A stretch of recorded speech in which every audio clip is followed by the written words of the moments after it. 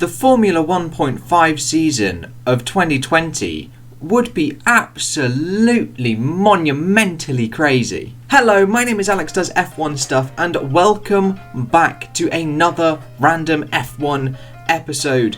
During this 2 weeks off of Formula 1 racing, I've got nothing to do, and I felt this was the best thing I could come up with. So don't get me wrong, Formula 1.5 has been around for a while. Since about 2014, we've had this idea of a Formula 1.5, the best of the rest, shall we say. It's nothing new, but let's put my own little spin on it for 2020. And to be honest, I actually think I have made some F1.5 videos for 2014 and 2015. Long, like half an hour videos covering all the qualifyings and the races and the championships, etc. That was a good couple of months ago. I think I've got 2016 in the works. At some point, I'd have to actually search through all my Excel sheets now that I've started doing these random ones to find out exactly where I left off. Anyway, today we are looking at the Formula 1.5-ish of 2020 and how it would be bonkers. So if we just take a look at a little race result, this is from 2020. This is, I believe, Britain.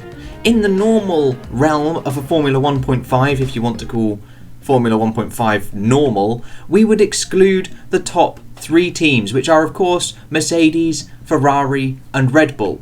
We would then shuffle everybody else up, and then we'd be left with a nice little leaderboard, adjusting for the positions, adjusting for the points with the fastest lap point which went to Ricciardo, adjusting for the race time with Ricciardo's time behind the original race leader, and then adjusting for the new gaps as well. So we'd be left with a little table that looks a bit like this. This is how the Formula 1.5 would normally run from 2014 up to about 2019.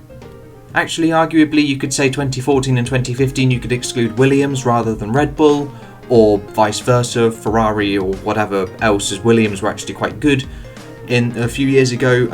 Anyway, that's how it would normally be run.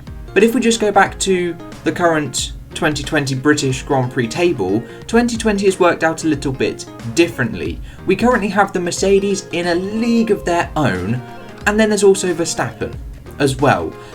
And Albon, although he's in the Red Bull, hasn't really been putting in the performances that Red Bull can do.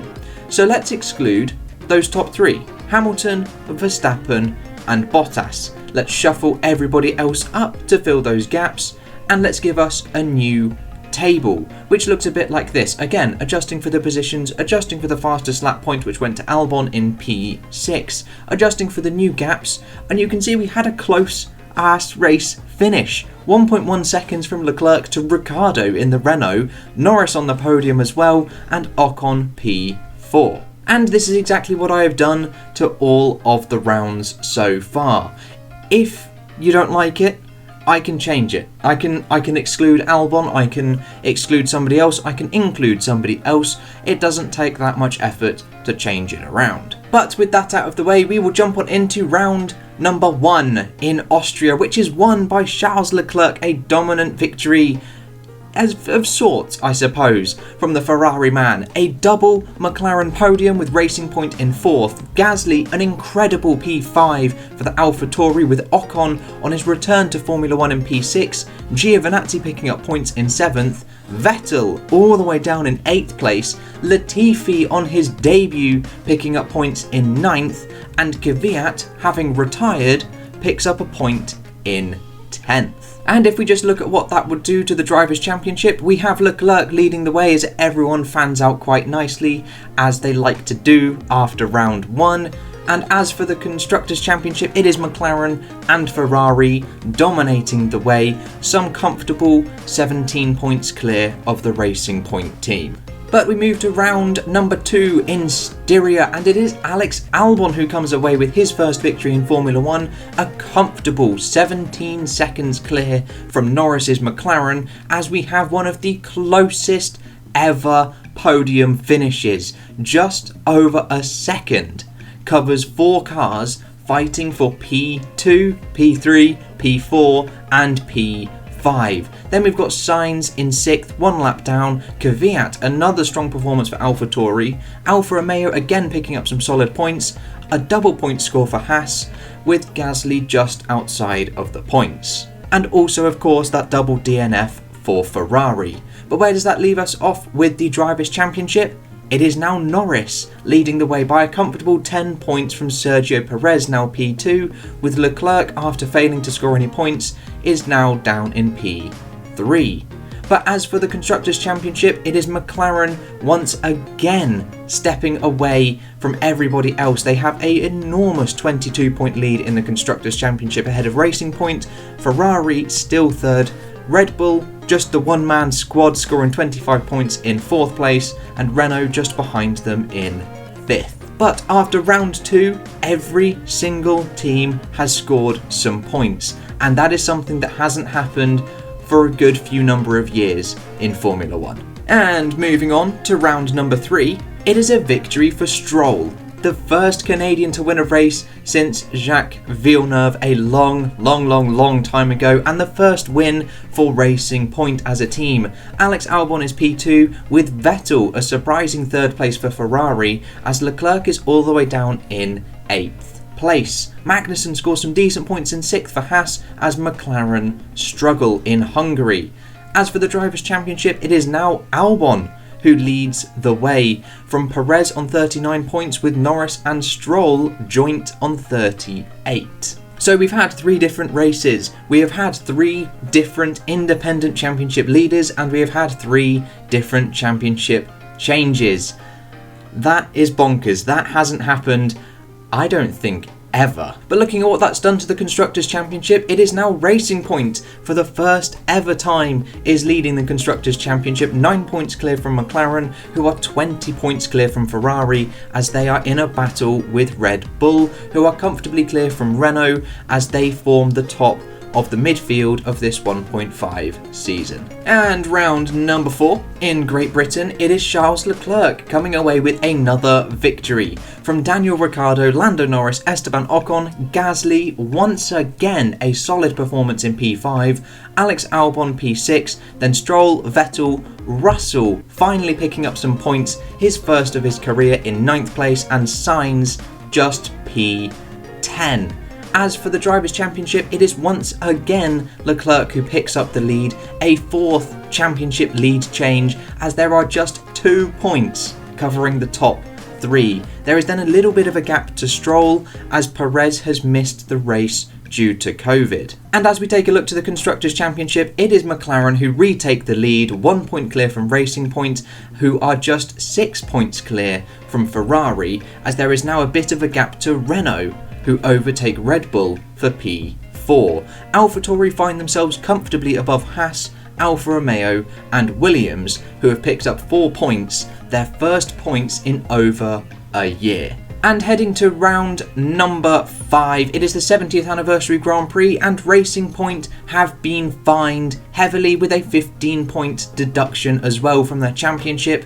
But it is Charles Leclerc, back-to-back victories, winning in the Ferrari, Alex Albon in P2 claiming fastest lap as well, but Stroll makes it onto the podium once more for the pink Mercedes car. Hülkenberg, on his return to Formula 1 after failing to even start round number 4, picks up points in 4th, Ocon is 5th, Norris 6th, the 2 AlphaTauris get some points, Vettel all the way down in 9th, once again in the lower reaches of the top 10, and Sainz in 10th himself. And taking a look at the Drivers' Championship, it is again Leclerc who maintains his championship lead, the first driver to do so for the 2nd consecutive race.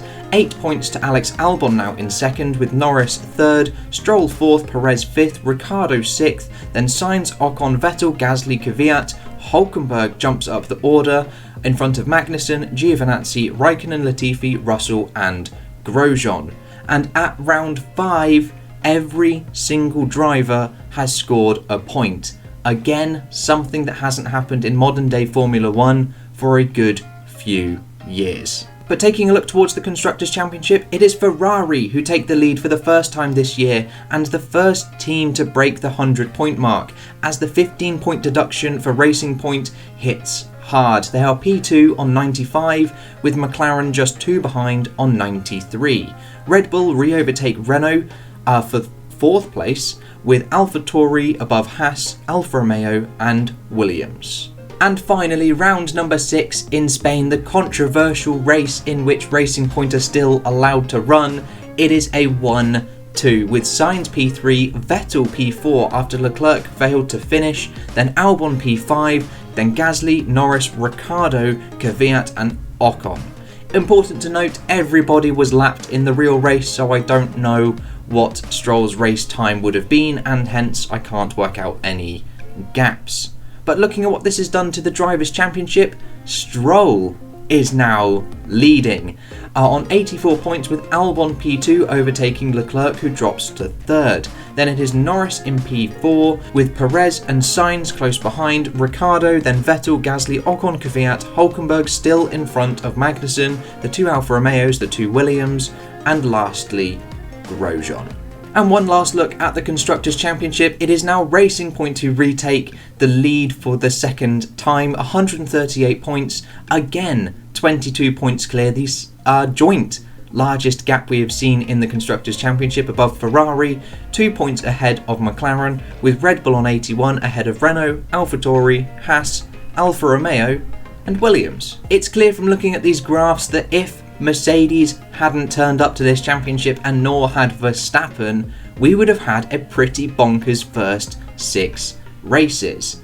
Now the next graph I'm going to pull up is in relation to a video that I made a couple of weeks ago called Comparing the Decades, or something like that, finding the best decade to watch in Formula 1 using maths. And here is said graphs. I use a bunch of categories to decide and score them out of 10, with a lower score being the best and a higher score being the worst. And this graph basically just indicates in numerical terms the championship leaders, which are in blue. So in 2010 there were 6.